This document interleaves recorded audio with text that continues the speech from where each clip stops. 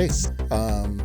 Now that we've taken care of that last customer, we've got a moment here to do another episode of Top Shelf Video Podcast while we're here at work at the Top Shelf Video store. My name is Eli. I'm one of the co-owners. And my name's Jaime. I'm the other co-owner. Yep. And it's just you and me today for this episode. I don't think anybody's listed on the schedule, which we may need to, and we can talk about this offline or however, I guess whatever fancy terms they use in the corporate world of taking this offline or whatever. Right. But yeah, we're going to have to maybe talk about hiring some employees down the road. So maybe we'll talk about that after we close up shop tonight or something. But yeah, we're going to need to bring in experts, and by experts I just probably mean friends, because they're going to have to work for cheap. Oh yeah, really cheap. Yeah, for the love of movies. Yeah, if you love and free popcorn. Yeah, well, at least maybe we'll limit it to like 2 bags a shift until we get some more revenue. But no. Got to be fans of video stores, so we'll have to be very particular about who we grab, who we pick. But yeah, we'll talk about that in maybe future episodes. We'll see how that kind of goes. Hey, so question: we both worked at Cinemark in our high school years. Do you recall the popcorn policy? Like, how much weren't we allowed? I mean, we were allowed like drinks, and the popcorn was kind of unlimited as far as I remember. Yeah, I remember that you could. Soda was unlimited, but you had to use your own cup, and then your cup had to be. Everybody had a cup in the back. Yeah, at the sink. Yeah, and your cup had to be properly labeled, to make sure, obviously, that they knew it was your cup. Yeah, and for the popcorn, I actually don't remember. Like, I remember, like, standing, because I worked concession, but I didn't work. I worked more, and I think maybe you did too, but I worked more projection for the majority of the time. And usher, which basically means cleaning the theater. Yeah. I made it up there pretty quick. Yeah, same. To the up in the projections. Yeah, and so but I do remember, like, usually on weeknights, if I was working behind the counter, well, I think they'd have us do everything. So like, you're working the concession stand and like running the projector, so you just kind of like sneak out for a moment, go and start it, and then run back down. Yeah. And then the manager. I think the box office girl would just kind of watch the concession, right? If we had to run upstairs. Yeah, exactly. Because they would very rarely was there like busy time like during the weekday, but yeah, I just remember like grabbing a little popcorn here and there, like in maybe in a nacho, like, because I guess we still had the nacho tray. The tray, yeah. Because we would pour the nacho cheese in it. It wasn't like a little cup like it is now, and so I remember I would grab like one of those little trays and just kind of throw in a handful of popcorn and just kind of snack on it. But I honestly don't know what the rule was, because I would imagine our boss back then, which probably she was like, I mean, she counted everything to the point where I was like, I don't think she wouldn't probably not allow that, Yeah. But yeah, I don't know. I do remember, like, when I worked for Sony Theater here when I moved to Dallas, there'd be times where I'd come home with like a giant like trash bag full of popcorn, like because they were like, yeah, go ahead and take it, and like. Me and the guy that I was living with at the time, like, or in his house, I'd come home and I either have like 2 hot dogs that were going to get tossed out anyways, and then like a giant trash bag of popcorn, and just bring it and put it in the middle of the living room. We just kind of ate off of it for a while. Right. Like, I guess it was like the very end of like, we'd always rotate the popcorn out maybe like every like 2 or 3 days, especially going into a weekend. We definitely would clear it out. So, but yeah, I don't know. I don't know what it was actually for that theater in particular. Yeah. I mean, I had good memories of working at the movie theater. I think we were just destined to be like one of our first jobs. Yeah. Because the whole Kirby vacuum thing didn't work out for me. That lasted like one. That lasted like one session or whatever, and I was like, yeah, I'm not doing this. Yeah. And then I ended up at the movie theater. Yeah, but, I mean, I would have worked. We would have worked at video stores if we had kind of had an in on. I mean, most of the ones growing up for us back home were kind of family run or smaller run until Blockbuster. Yeah, the mom and pops had their own kids to run it. So. Yeah. So we were kind of out, you know, our parents were, you know, in other fields. So yeah, you know, running a video store. That was very entrepreneurial. It wasn't in our card. It wasn't on our bingo card. Yeah. And I mean, like I said, I remember a lot of that until like HEB and some of the grocery stores started renting. And then by that point, I guess like Blockbuster and some of the bigger ones eventually, like Hollywood Video, I guess was the other big one that finally made its way through. And then by that point I was already working at the theater. So it was like, well, it seemed like the better of the two options. But in reality, I think in hindsight, I almost kind of would have preferred to work at the video store because I think it would have been a little less work. And like you'll appreciate this story because we went down to the Texas Theater the other night. And they we got our popcorn. They had buckets, I guess, or like they have summer buckets. And we were putting some salt on it, and somebody had mentioned like, oh, that's like a good idea to put like hot sauce, like dab a little hot sauce like between the layers. And I was like, let me tell you about like liquids and popcorn. I was like, you don't want to do that. And I was like, and here's why. Because I remember when we were like serving buckets of popcorn, because I remember bags didn't come out until almost, I think, like the 2000s, maybe. Because I want to say you and I both worked with buckets. Like I remember inventory counting fucking buckets. Yeah, which was a lot easier to count than bags. I'll tell you that because I was counting bags when I moved up here as a manager. When I moved to Dallas initially.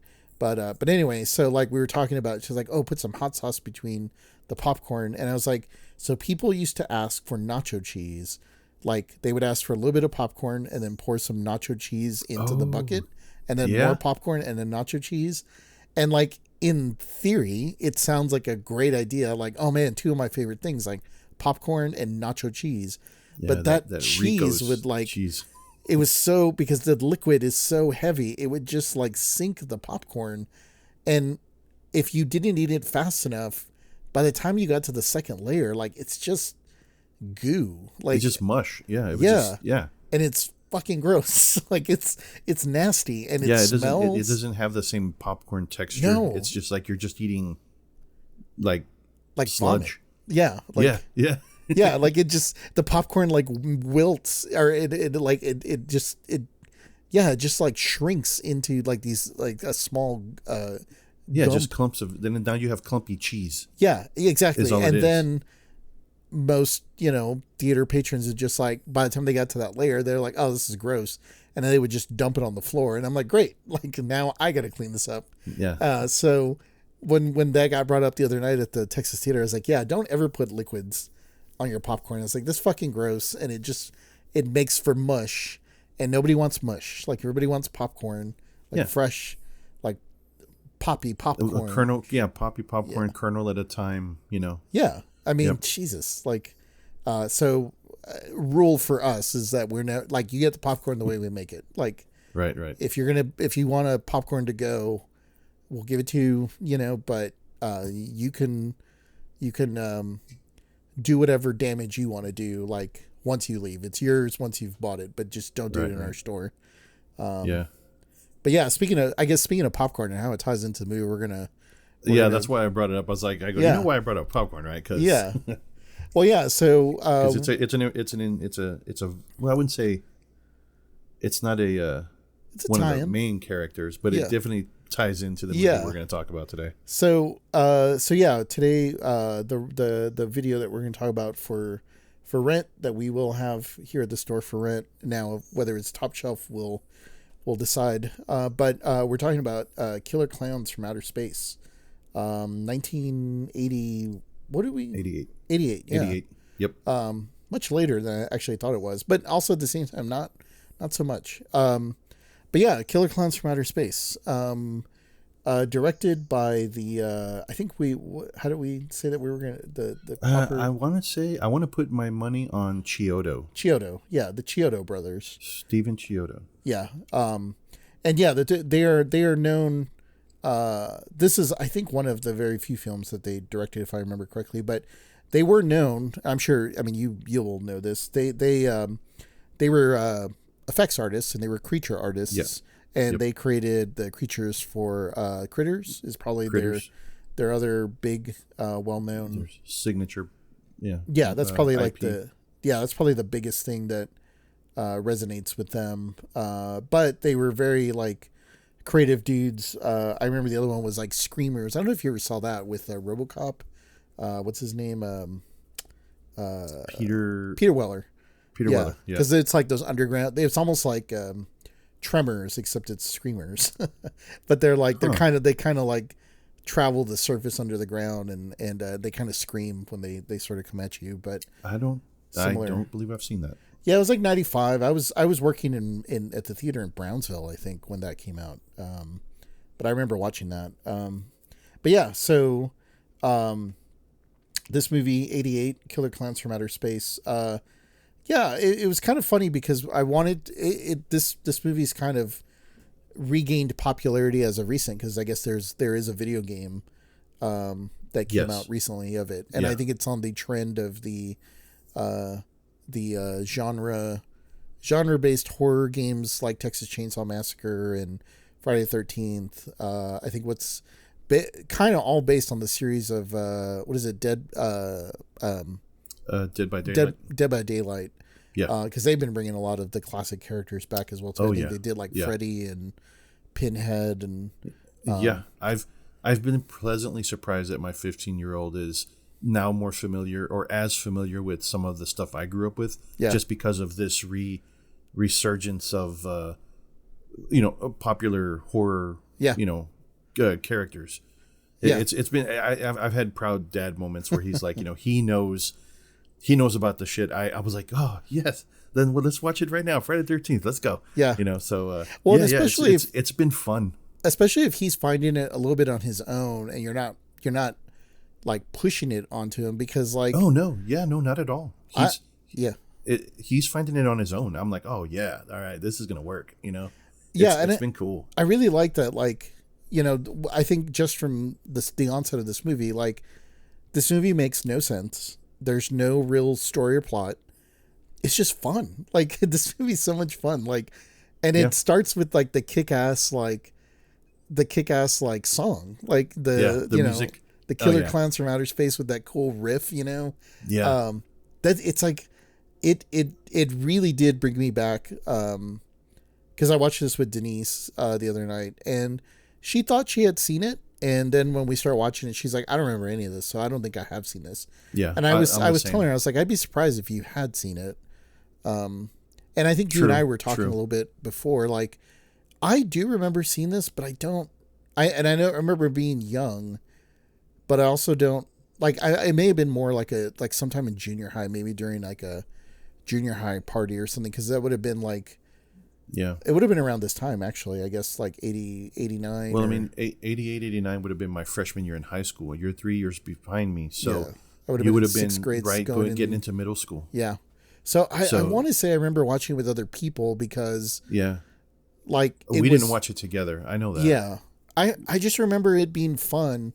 And I remember kind of laughing, going like, what the fuck is this? Like, because, well, I mean, we'll just kind of get into it. I mean, like, so, Killer Klowns from Outer Space is, I mean, if there's ever been a movie where it's literally in the title, like, I don't know what else to tell you other than the movie's about killer clowns from outer space. Yeah. That you know what you're getting into just on the cover art. You know, like you're getting, it is as advertised. Yeah. And I really do love that cover.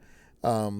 And one thing about the music though, because you already mentioned it, but I had to go back and check on who the band was that did that, because it was the vibe I was getting was so Joe Satriani. Yeah, with the riff. I was like, I had to go back and check. I was like, was he in a band that I'm not aware of? I looked it up. It was a band called the Dickies. It was like a punk band, and I was loving it from the minute the music started. I was like, oh, this is and it was giving me total 80s vibes, because we grew up admiring like Joe Satriani, Steve Vai, right? That whole sound was in this intro, and I was just like, I already had a smile. Karen, my wife was already looking at me like, And I was like, I'll explain later. I was like, this is making me happy. And it's a very iconic theme. And like as soon as it play, and it's funny because it's really the only, it's the only time you kind of get that in the movie. And I don't know if they just didn't have, I would imagine they didn't. It was like a very small budget for a movie with this many effects. It's like a $2 million budget, but like the rest of the music is very like, I mean, it almost sounds like a guy, like one guy with all the instruments by himself, like those little slide tube things, that make the little like whoop. The rest of the music is very like corny and just kind of like, I mean, it fits the movie because it feels really cheesy, but I guess to kind of get into it, so the movie just starts with the intro of the music, which is great, and then there's, I guess, just like a little series of a music montage that leads up to a bunch of kids, I guess, at whatever the makeout hill. Yeah, what was it called? Top of the World, which kind of makes sense, like for a movie about clowns, right? I guess like the big top sort of thing or whatever, right? So it's like they're all at Top of the World makeout center, or makeout park or whatever. It's just kind of funny because like everybody's like all just like lined up as if like that is what you do, and there are like slots, I guess, like for people to park and go to I guess as they would say back then, to like make it. Like I don't even know what that means, but it's like making out. Yeah, but the way it's always said is just like, hey, let's go up to Top of the World and make it, and then it's like, okay, like I guess like make out or whatever, but I don't remember any place like that back in the hometown. I mean, if there was a place, I mean, we also had no elevation. We had no hills to make out. Down in South Texas, it's just all valley. Yeah, it's all flatland. So I if there was a makeout area during our high school years, I have no idea where the hell it was. Yeah, I have no idea. Yeah, it's always funny, right? Because a lot of these movies always had like Lover's Lane or Top of the World or Makeout Point, or like I think like in License, like a movie like License to Drive, right, or stuff like that, where you go. And I guess that probably is like a West Coast California thing where you have a view of the city, right? And like you're saying, like unless you go into the, I don't know, the airport tower at the airport, like that's the only elevation that's going to be where we grew up, because we're literally below like sea level. And so everything was super flat. I mean, I know there were places where we would sneak off to go drink, like the floodways. Yeah. Because we had areas where it would flood, so it had like to I guess, direct water away from all the farmland. We had the floodways, but I never, when I would go with with buddies, it was usually in groups, and we'd go, drink the Mad Dog 40/40 or whatever the hell we got Zima from the one guy that didn't give a shit who he sold to. Yeah. Again, sorry, Mom and Dad, if you're listening to this, but the realities of having kids. Yeah, it was like 30-something years ago. Yeah, we're adults, but we're 50 now. Yeah, we're all grown whatever we want. But so all the kids in the movie are up in the makeout hill, Top of the World. Yeah. And then during that, they see what appears to be like a shooting star, or at least what everybody assumes is a shooting star. And it catches the interest of two of our characters, I guess, Mike and Debbie. But even before that, there's the old, I don't remember what his name was, but like old Farmer Ted, like the guy, he actually kind of looked like the guy from the Creep Show, Stephen King, actually, who played that character in Creep Show with the meteor shit. Farmer Green. Farmer Green. Yeah, and him and his dog are gonna. It's kind of funny. It's a very like. It's almost out of place, but at the same time, like for a movie like this, it's very in place, where he kind of does the old, like sort of, we struck gold, like, oil, like, he's like, we got to go get rich. And, and I mean, he's wearing overalls for God's sakes. And then he's on the rocking chair on the porch. Yeah. With the he's got a hound dog. I think he had a hound dog or something. And so they go chasing after it. And it's the first time you see the big tent, which is like, the UFO, which I have to say, that's like another thing that actually for this movie and for this time, what was super impressive, the matte paintings, that they used to compose the shots, like, because clearly the wider shots. And like basically the special effects shots, right? But the big tent painting and like how that looked, like, that was really, really well done for like Oh yeah. 1988. Like, I remember seeing that going like, man, that could be like a screenshot like right now. And there are people that would love to be able to do that level of artistry, like from a concept art, standpoint. But yeah, between that, I think there's another shot where you see the forest, and it's clearly been also matte painted. It looks really, really good. So that was something that kind of impressed me right from the onset. Was just like, wow, like clearly these guys and their crew like were probably surrounded by a lot of very talented artists, and they were like, I will do whatever you guys want to do. So sign me up. Like, you need some clowns, I'll make some clowns. You need like some you need some matte paintings, I can do that. You need some like rotoscope, effects that show up later, with like the lasers, and it's like all that stuff is like really good. Better than a lot of movies in 1988. So Farmer Green meets his demise. You kind of get a little bit of a hint of what's kind of going on.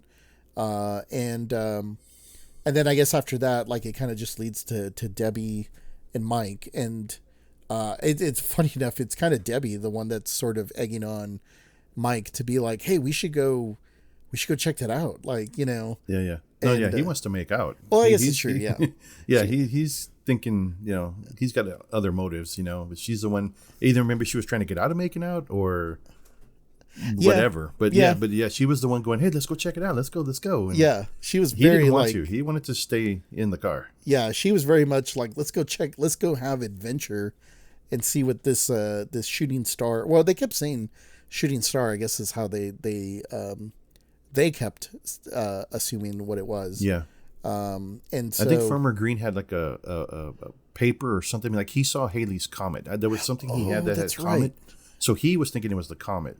They assumed it was a shooting star or That's something. right. That they wanted to go and try to find it. Man, Halley's Comet, man. I completely forgot about Halley's Comet until this movie. Because you remember, like, that really was around that time.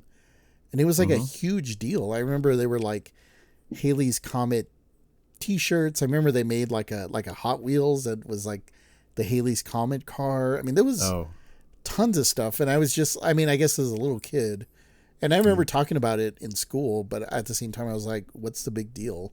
And it was like, well, this doesn't happen very often. You can actually see it in the sky. It's like, cool. Can I go play video games now? Or like, can I go to the arcade? But yeah, that's right. When he mentions Halley's Comet, I was like, oh man, that was like, I guess equivalent to the recent solar eclipse, where people in the scientific community were just like losing their shit over like, Halley's Comet. Which also seems to be like it seems to be like a focal point for a lot of movies, right? Like, Maximum Overdrive is another one where like the comet goes overhead and converts all the machines into like killer robots or whatever. Basically, yeah. So I think at the time it must have been a very fashionable thing in the 80s to be like, I don't know, comet. Yeah. Like it was a known thing, but such an unknown thing that you could just kind of use your creativity to just maximize the stories that go with it. Yeah. Because, you couldn't disprove that it wasn't, you couldn't prove that it wouldn't happen. Yeah. That the trucks would start, running people over on their own, Yeah. So let's see. So Mike and Debbie make their way. Debbie convinces Mike to make his way out to the to go check out like where this thing is, and they come across the same circus tent as well too, and they eventually find their way in as they're kind of poking around, and you get your first like view of the inside of the ship, which again, not really so much a ship. It's really just, it's a circus. It's the inside of it almost feels like a circus lab. It seems like a bunch of scientific stuff, but in the colors and format of a circus clown. I guess it again, it kind of goes back to like, it makes no sense, but it's really fun to look at. Like, it looks like a fun house, like a horror, like a haunted house. Like a fun house, like a scary fun house. Yeah. And so they kind of like poke their way around, and they come across a variety of things, and then they also come across what eventually will be like, I guess, like another point or for whatever stuff that they had, which is like they come across the cotton candy. Yeah. Well, and that's right. I think going back to Farmer Green, I think that's the first time, because they zap him, don't they? I remember, I think that they zap him with the gun, and he that's the first time you see like the rotoscoping, and then he does the real quick spinning around, and he turns into turned into a cotton candy the cotton candy like cocoon thing. And so that's the first time we see that. And so they're inside the ship, and they're kind of poking around and messing around, and they come across the cocoons, the cotton candy cocoons, and I think they do. I think at that point or somewhere in there, they realize that they are people like that, I guess, that are in the cocoons. Yeah. And so yeah, causes a big uproar on their part. So they start trying to make their way out, which again feels like they're just trying to escape a funhouse, which is just kind of fun. I mean, like I said, nothing makes sense. There's one point where it's like the walls are just there aren't even walls. I think it's just like black. Like it just kind of fades to black behind them, and there's like framing and all kinds of stuff there. But it's like, I don't think anybody really cares, or I don't think anybody's really questioning that at that point. But seeing that was like a lot of fun. You could tell that they were like, hey, let's just build like this stuff, and we'll just say it's the inside of a spaceship, Yeah. Kind of thing. Yeah. It was just such odd shapes and colors. It was, I don't know. It's just some odd, like, Beetlejuice vibes. Yeah. It's just some like wacky, the doors are kind of weird angled, and shit just doesn't make sense. Yeah. The elevator thing is really like funny and feels very, very like cheap. But I like it too, right? It's like that props. Yeah, it's just like a spinning, like literally it's just a door that spins, close, and then it opens, and it's like, okay, that didn't go anywhere, but whatever. It's like it's an elevator. Like great value Star Trek. Yeah. Yeah, actually, yeah, that probably is a very good description of that. So yeah, they make their way out, but that also is the first time that we get a real good glimpse of the clowns. And yeah, it's funny how like these things really hold up in terms of like maybe, I mean, I think you could say like, the makeup maybe themselves doesn't hold up, but the design and the creepiness and like, I don't know, just like the star of the movie easily. Yeah. The clowns, the clown prosthetics, or whatever it is. Yeah. That's you can tell that's where all the money went. Right. Yeah. in the design of the clowns, the costumes and everything. But like you were saying earlier, before we started, like it's kind of creepy, but still like funny. And it hits that, it's not Uncanny Valley, but it hits something that's just like the silhouettes it's on one of the slopes of Uncanny Valley. Yeah. It's not in the valley, but you're about to go over the crest of the hill to go into the valley. Because I was thinking that exactly. I was like, should I bring up Uncanny Valley? Well, it's not really, but yeah, they have like realistic teeth, but their eyes are dead because they don't blink.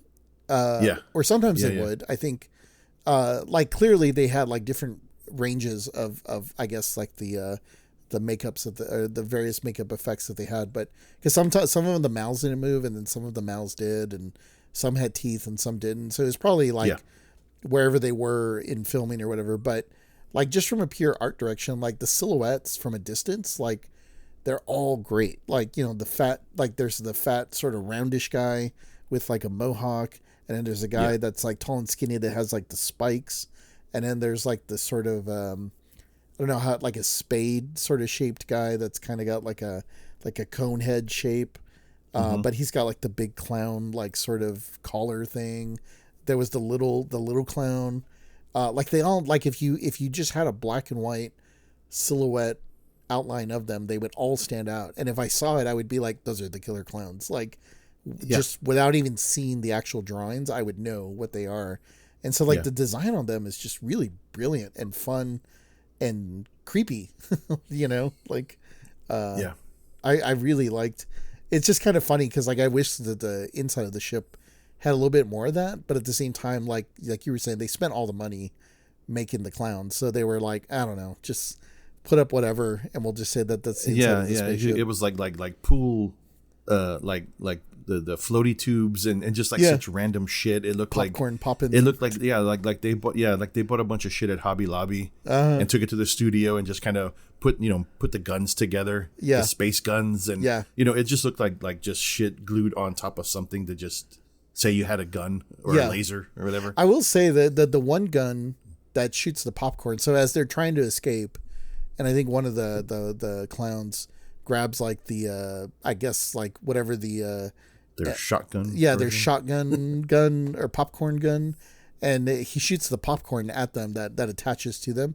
But that gun also design-wise is really cool. Like, I want to say, I think it was maybe last year or maybe this year too, but I think like Spirit Halloween started carrying some of the guns from Killer Klowns because they're very iconic. Yeah. I want to say for sure the pistol one, like the shorter one that creates the cotton candy. I think that one they sell, and they might sell the shotgun one too because it's got a particular look about it, and it's just kind of cool. But yeah, so on the movie side, Debbie and Mike try to escape, and they get that's when they get a little bit of popcorn tossed on them, but they're able to escape. And so their goal is now to get to the police station to warn them. And then we get introduced to not only Dave, who I guess is like their friend as a cop, but that's her friend. Yeah, that's right, her friend, who turns out to be ex-boyfriend. Of course, that's how they would tie this together. But the guy that I love is like, I think it's like Sergeant Mooney. That guy, John Vernon, who I want to say was like a pretty well-known character actor. I think he was like in Dirty Harry. He was I looked him up. Yeah, I know him from playing the Dean in Animal House. Oh, that's right. Yes, Animal House. Yes. He just has that, his voice, his look, like he is everything that is like evil in the 80s, I guess. Like, I don't know if you had to sort of put it on a character. He has a traditional like antagonist voice. Yeah. I wonder if he did voiceover. I didn't look to see if he did any kind of voiceover, hope so. But he had the voice. Yes. Yeah, he had the voice of, he could play a certain type of character. Yep. Just like that asshole. Yeah. I mean, I would kill to have a voice like that. Yeah, I forgot about Sergeant Mooney because Sergeant Mooney will not be embarrassed or whatever. Yeah. And he's like the hard ass cop that's just like he's ready. Like they show him headed back to the police station, and it sounds like he's literally on the hunt for anybody who's having a good time on a Friday night. Like he's like, trouble's he's coming. Just mad at the world. Yeah. Oh yeah. He does say that when he's on the mic, and he's calling back to the station. He's like, "It's Friday, troubles." Yeah, he says something along those lines. Yeah. Like, it's Friday. Here we go. Just a bunch of troublemakers out on a Friday night. It's just getting started. Yep. And I love that. I love that about like those types of characters. Like we don't have enough of those character actors. Like, I mean, it seems like we're going to say this a lot, but this kind of goes back to like, they just don't make movies like this anymore because you don't have, your Sergeant Moonies, and characters like that are just like, it's like, he's not really trying super hard to be that a character. Like he is that character. And so it always comes across that way. Whereas like in more current movies, sometimes you get people that are trying to act a certain character that just doesn't jive. But like this guy, John Vernon, just like every time he would talk, you're like, oh man, this guy's gonna be an asshole. Even if he wasn't, he could have been like the sweetest man, but he just kind of had that voice. So maybe you would just make that initial impression. And so they casted him very well every time they used him in those situations. He's the tired of the shit older veteran cop. Right. And then you have him to play opposite of Dave, the guy who's referencing police academy protocols. Yeah. He's like night and day, and it's the only two in this town. Yep. And they're, because I guess the chief's out of town for the weekend or some shit. So it's of course, the rookie against the veteran that's just pissed off to be there on a Friday night. Yeah. Well, it was funny too, because we kept like throughout the movie, we were just constantly like, wait, so it's just them two, like, for a town like this, like, and it was funny too. I mean, granted, whatever, like these are all little minor quibbles, but like their patches on the side said like Metro. I was like, it said Metro. I saw that too. Yeah. I saw that. I was like, why the fuck does it say Metro? Metro. It's not a Metropolitan. I was like, there's two of you. Are you kidding? Like, there's like 4 lights in this town. It's not a Metro. Yeah. I think that just kind of goes back to the production value, right? Like they're probably down to like, the money was probably down to the point where like, look, I don't give a shit. Just get me 2 things that look like officer police uniforms. Yeah, exactly. Make sure they're the same and just get them over here. Like this says Metro. I don't care at this point. Like we just need to get people dressed and we got to get going. Like, yeah, that's what it kind of felt like. But yeah, so that's so funny that you noticed that too. Yeah. So I guess at that point begins. So Debbie and Mike are on their way to the police station to go meet up with Dave. Sergeant Mooney's on his way to the police station. And then basically like the majority of the rest of the movie is like a killing montage of clowns, like for at least a good 25, 30 minutes of the middle part of the movie is just like, I guess as the clowns were following Debbie and Mike out, I guess maybe I don't know if they let really them into the town, basically. Yeah. I was gonna say, I don't know if they actually show that or intended to do that in the movie, but yeah, they like inadvertently were like, oh, hey, look, there's a town over here. Plenty of cotton candy to fill up your cocoons. And so, yeah, then like a series of montage just kind of kicks in. And there were a couple of the montages. I guess there was one where the clown was doing the puppet show in the park and like some guy just kind of shows up. That one was actually like legitimately kind of creepy. Like with the, like it was like a boy doll and a girl doll and they're talking to each other. Yeah. And it's like like it's coming out of a box. One of those hand puppet show. Yeah. And then like, it's just one guy and he's watching and he's kind of laughing. And then he laughs at something that happens in the show. The girl puppet, zaps the boy puppet. Oh, that's right. Yeah. He kills it because I guess he's harassing the way they're playing out the little show. Yeah.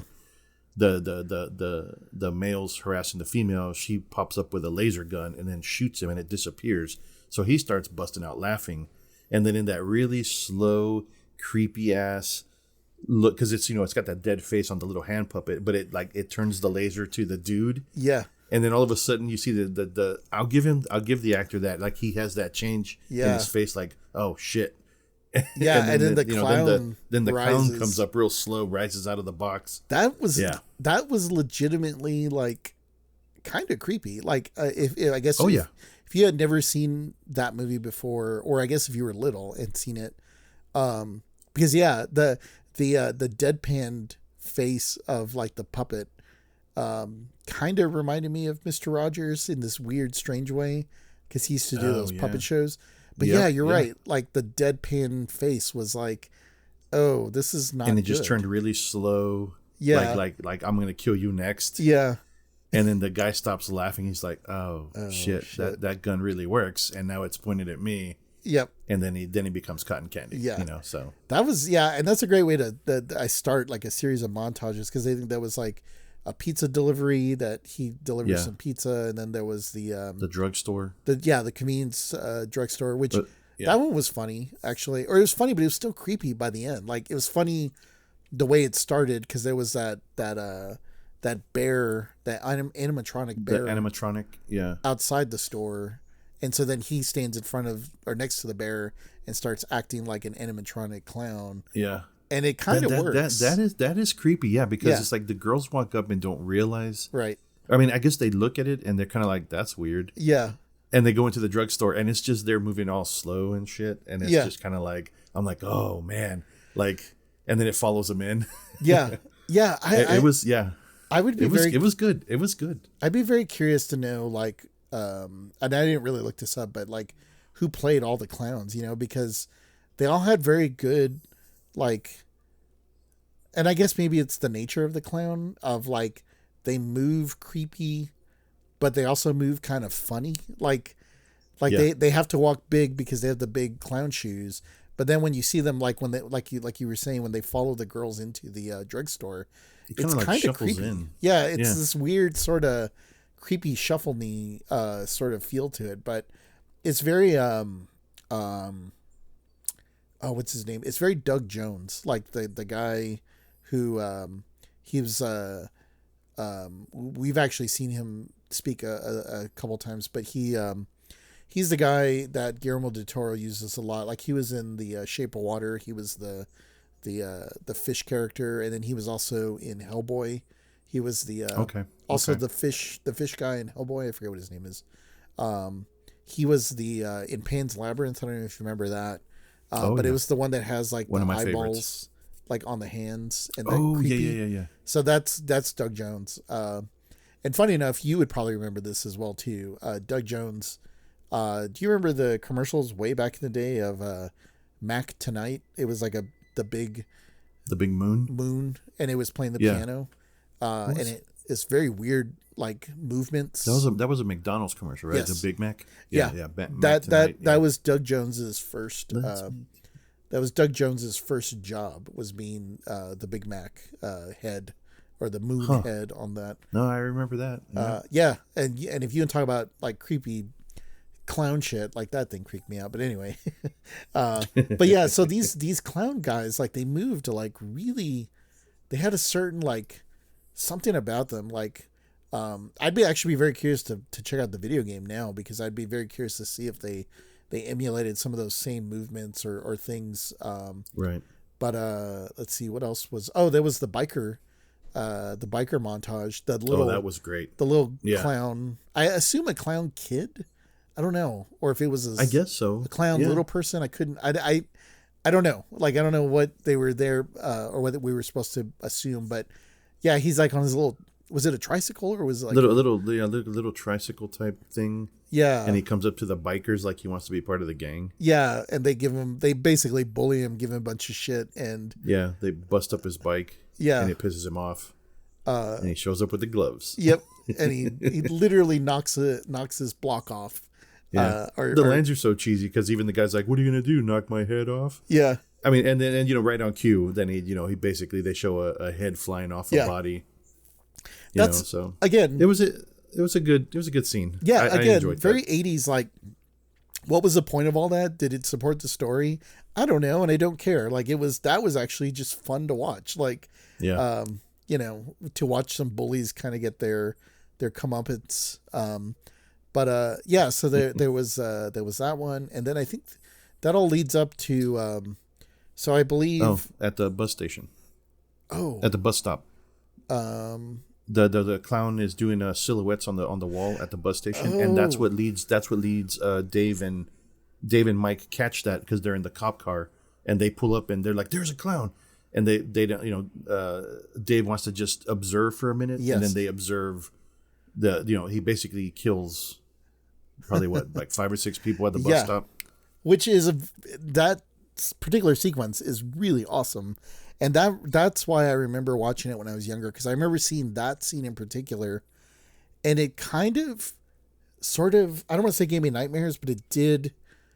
It was like, I guess what you would call like kinder trauma, right? Like something you see as a kid that frightens you, but at the same time isn't like, I don't know, not like super graphic, but at the same time it was like, because just the way they did it, right? Like the shadow eats the people.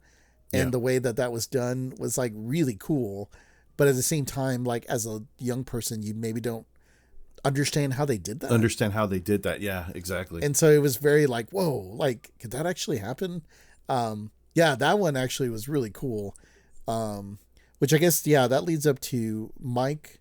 So like you were saying, Mike and Dave go back out to go, I guess they're going to go investigate to see if, wherever the circus tent was that they saw, they leave Debbie behind, or they tell her, go home, you'll be safe. Stay to the house.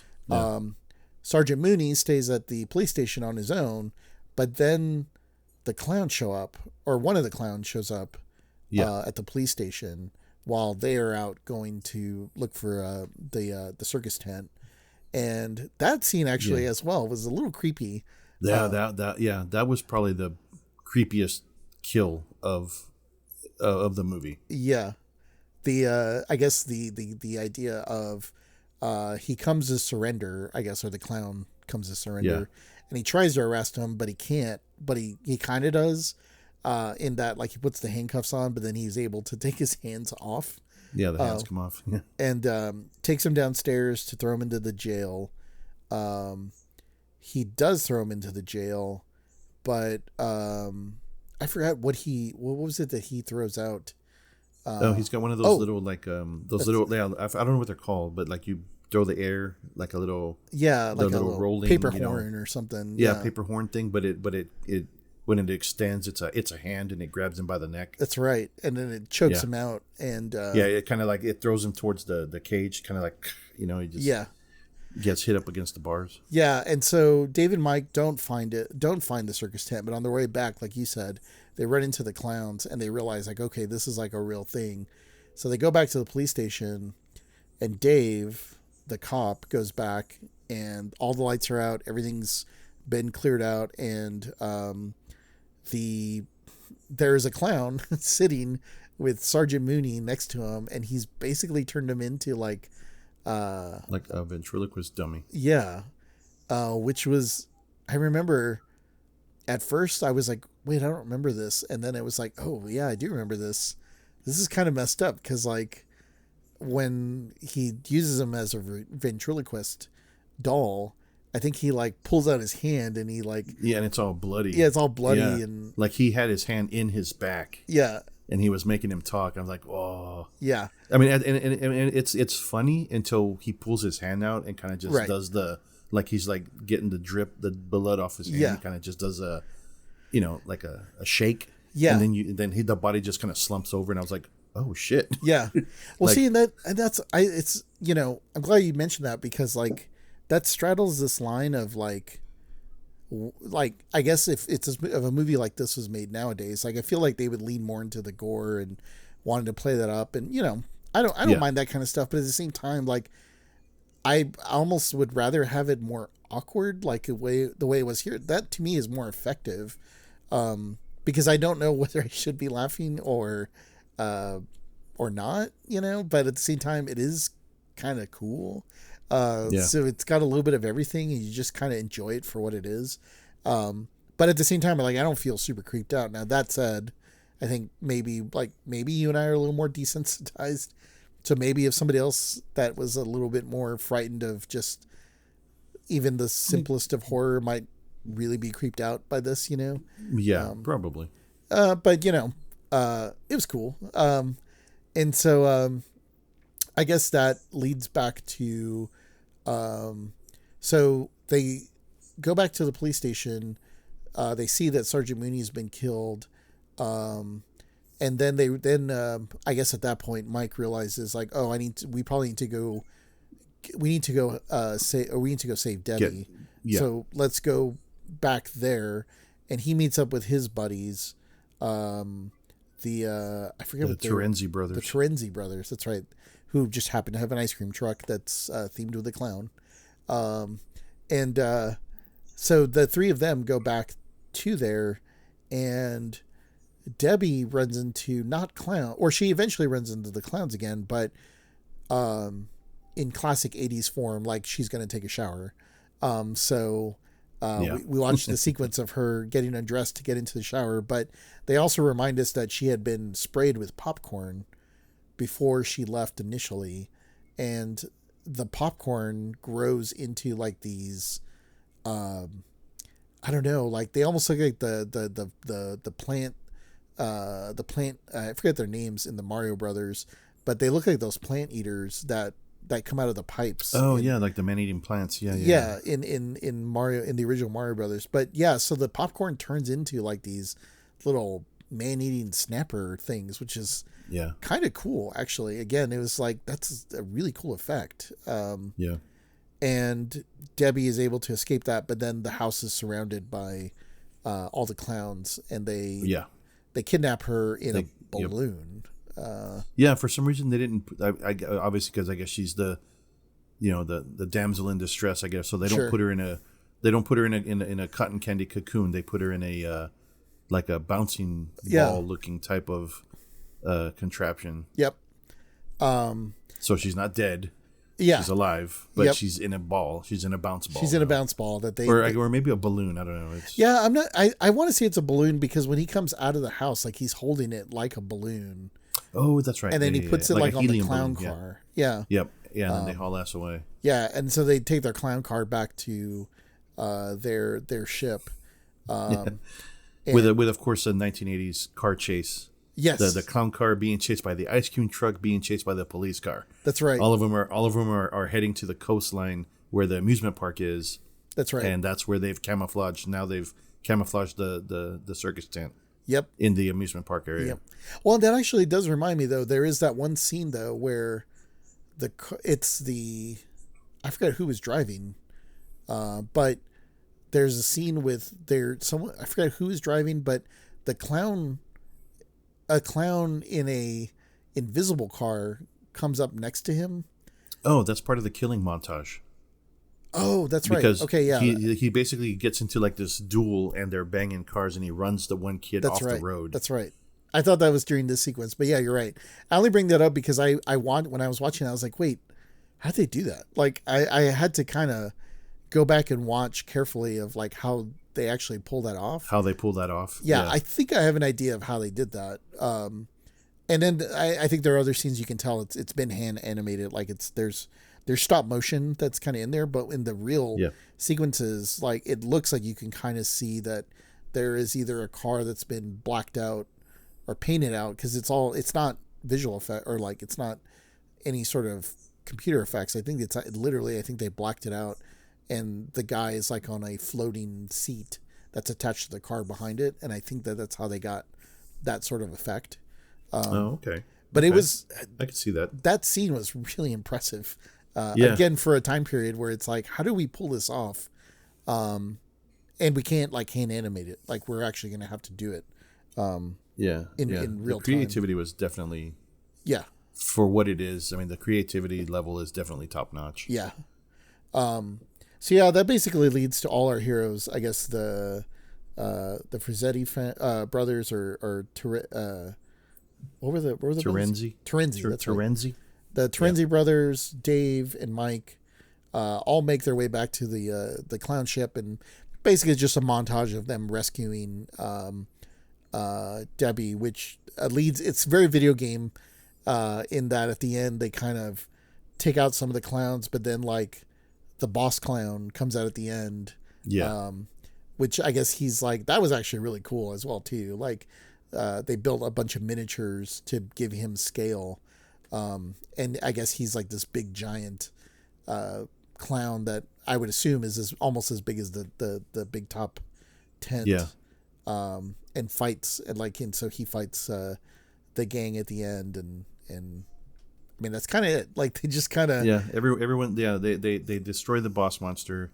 The ship blows up as it's trying to escape. Yeah. All the heroes live in some weird ass ways. You know, it's like, you know, the two brothers and the cop Dave were in the ship when it exploded, yet they somehow managed to, I guess, jump in the clown car.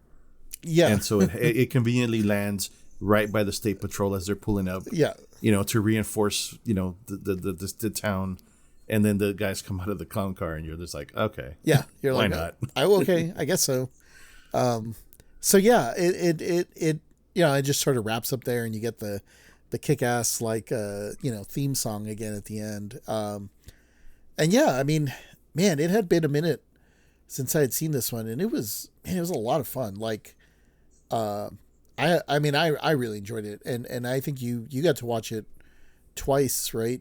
You watched it and then you watched it also with my nephew, your son. Yeah. What did he think? I'm kind of curious. He was laughing. I think he was just kind of laughing at how stupid it looked. Because I mean, he's seen some more, you know, some more current gory stuff. So this was kind of like it was more, you know, if it's a horror comedy, we were definitely laughing on the comedy side of it. It was just like, oh, this is so stupid. Like, you know, I mean, we you know, I know there were some moments like we were definitely laughing at the. I guess, I mean, I know, you know, we're clearly, you know, not Siskel and Ebert or whatever it is nowadays, but, you know, we were kind of laughing at like the very, average. The acting was a little bit like, and maybe not so. It's not so much the fault of the actors, but the lines, the script was not. Yeah. It wasn't. There wasn't a lot of thought going into the script. It was just like. It was really more about the makeup. It was like, it was just like, get a hold of yourself. Yes. What's going on? And it was just so. Mike in particular was very like, well, and the fact that like Mike's like, I don't know, there's like some kind of killer clowns, and then like Mooney walks in, Sergeant Mooney's like, killer clowns from outer space? No shit. And it's like, okay, like that was probably written like day of or not shortly thereafter or whatever. But yeah, I could see that. I could see him thinking the lines were very cheesy, but really well done. Like done to the level of what the expectation would be for a movie like this. Oh yeah. Yeah. What? No, yeah. We enjoyed it. I mean, it had been a little bit. I mean, and to be fair, the reason I watched it a second time was because he wanted to, like, we were talking about it, and then he, like, at 11 o'clock, and of course he's 15 and has energy for days, right? He's like, at 11 o'clock, he's like, okay, well, let's watch it. And I'd already had like a 10-hour day at work out in, it's hot, right. It had already been a long day, so I kept kind of dozing in and out, and I would miss a couple kills, and I would do whatever, and I'd kind of like realize my eyes were closed, and I'd kind of like wake up and look at him, and he's looking at me, and then I'm looking at, and they're like, all right, and so we go back to watching it. So we watched it together, but I, for the purpose of being able to remember and talk about it, I had to watch it again last night. So, but I was able to. It was fun. It was fun. I'm sure my wife would have been kind of looking at me like, "What the fuck is this?" Yeah. But she just she's grew up in the Dominican Republic, and I'm pretty sure that this was not in any theaters over there at all. So, well, I guess that brings us to the question: is this a top shelf video? Would we put this on our list? I'll go first on this one. Okay. I really had to think about this because it has a lot of things for me that are very nostalgic. And like I said, when we put it on and the music kicks in and you see like a little bit of the montage of things that are kind of happening in the beginning, I was almost like, okay, yeah, this is definitely like a top shelf video, almost on the music alone or the intro song alone. Right. But I guess I was trying to think of it in terms of like a broader movie. I do feel like this is a very specific movie for people with very specific tastes that are pretty open to doing something kind of fun and goofy, because there is no story. Like literally, it's as thin of a story as you can ever get. And if that really matters to people, and I think for most people, they expect the expectation of watching any movie is like, I want to be told a story. And I think this one's more of like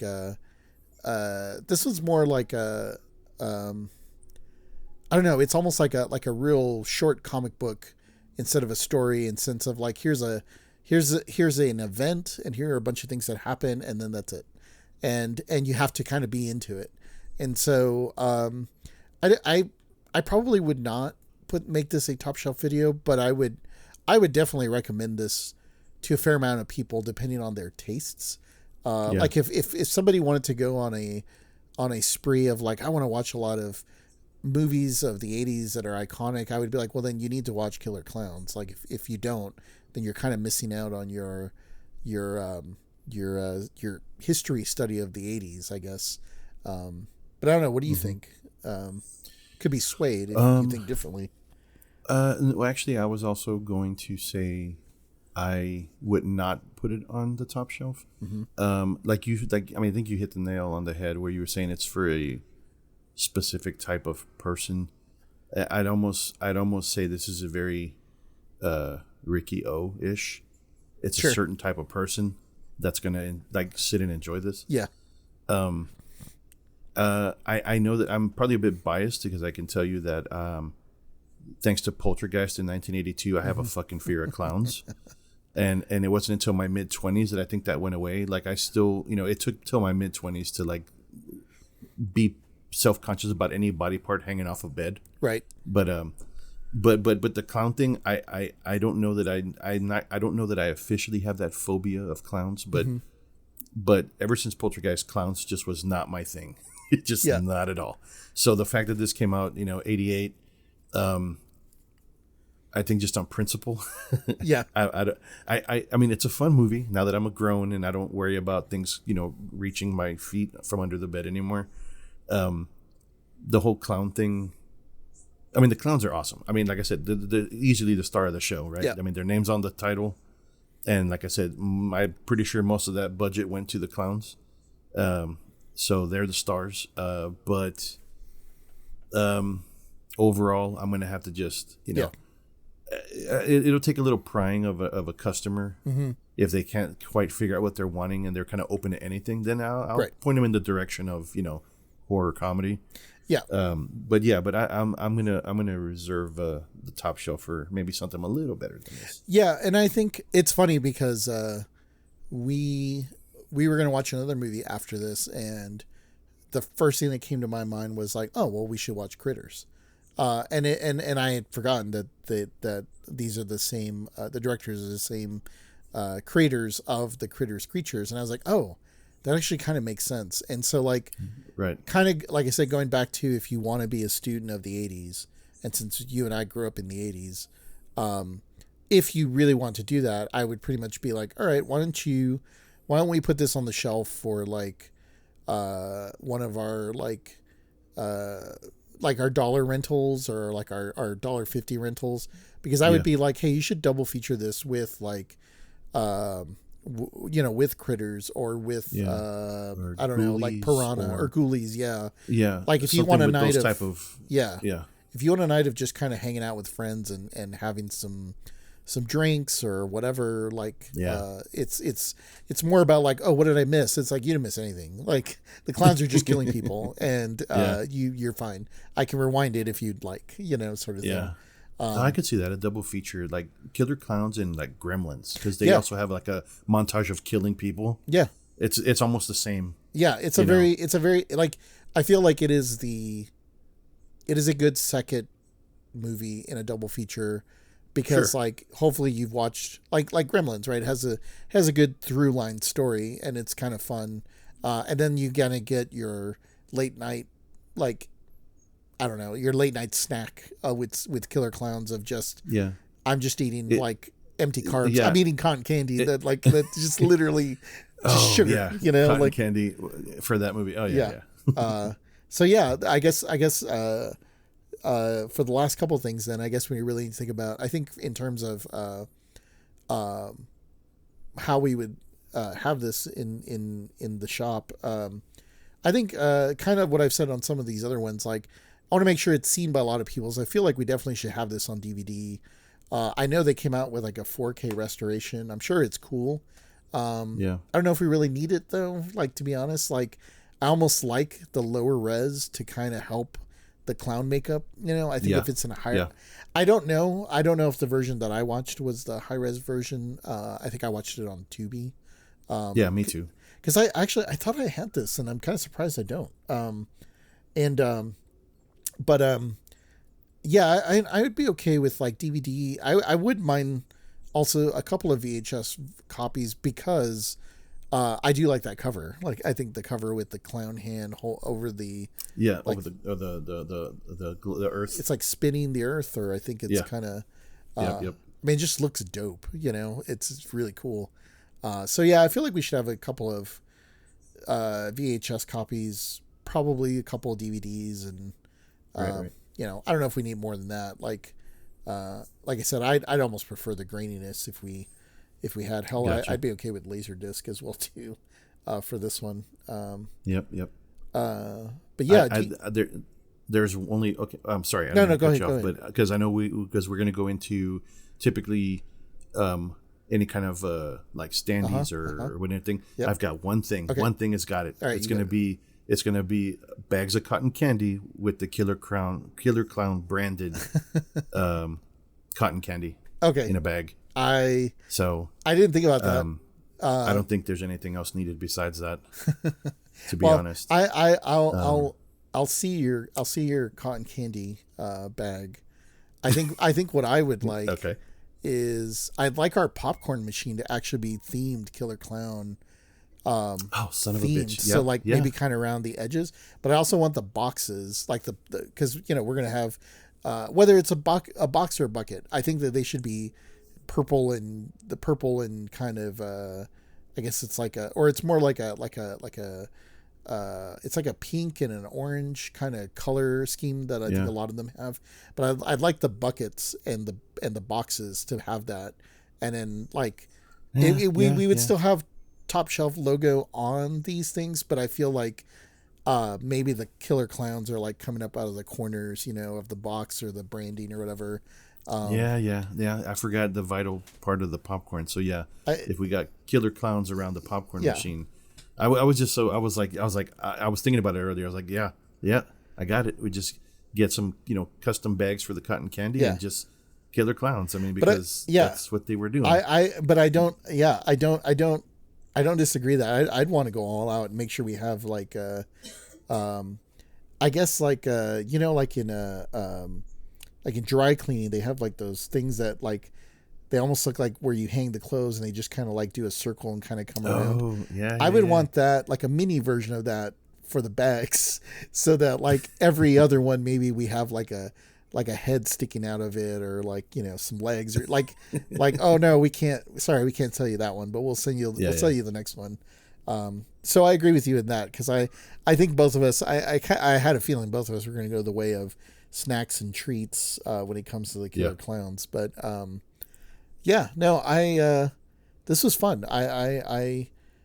It had been a good minute since I had seen this one. And, like I said, with its resurgence of the video game and, it also, I think it's got like a 4K that just came out not too long ago. I guess it would have been, so what is that? That would have been 35 years. Is that right? Or maybe we're getting close to that. Dang, these movies are getting old. But no, just the movies, not us. Yeah. But yeah, no. This was a good one. So it was. Yeah.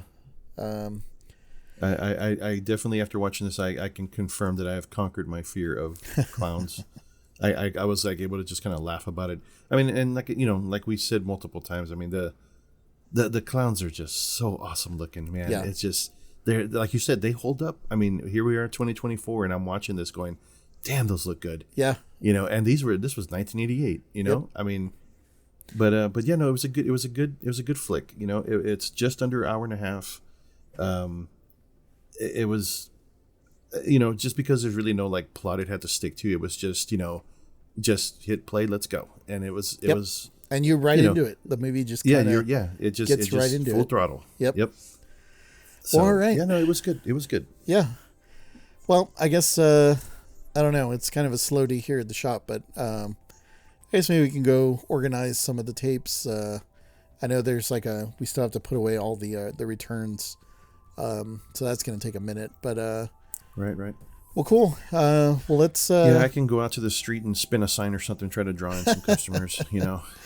Okay, yeah, I can put away tapes if you want to. If you want to do the. I'll go act. You can do the shadow puppets on the wall and see if you can. There you go.